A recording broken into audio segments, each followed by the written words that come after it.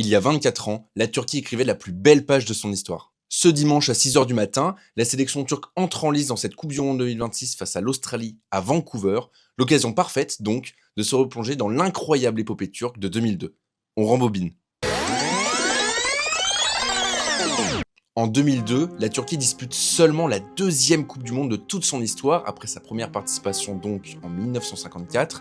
Et à ce moment-là, le football turc est en pleine ascension, avec notamment les 2 sacres du club stambouliote de Galatasaray en Coupe de l'UEFA et en Super Coupe d'Europe en 2000. Portée par Hakan Şükür, Ruj Turecber ou encore Hasan Şaş, la Turquie s'extirpe d'un groupe composé du Brésil, du Costa Rica et de la Chine pour se qualifier en 8e de finale. Elle élimine d'abord l'un des pays hôtes, le Japon, une vraie sensation, avant de se défaire également d'une autre surprise de 2002, le Sénégal. Voilà donc les Turcs dans le dernier carré de la Coupe du Monde, et c'est déjà un immense exploit.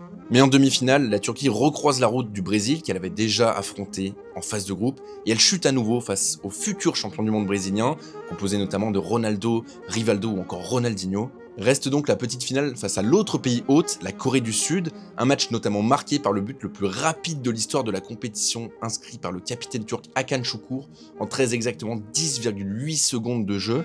La génération dorée turque l'emporte finalement 3-2 et triomphe avec la médaille de bronze.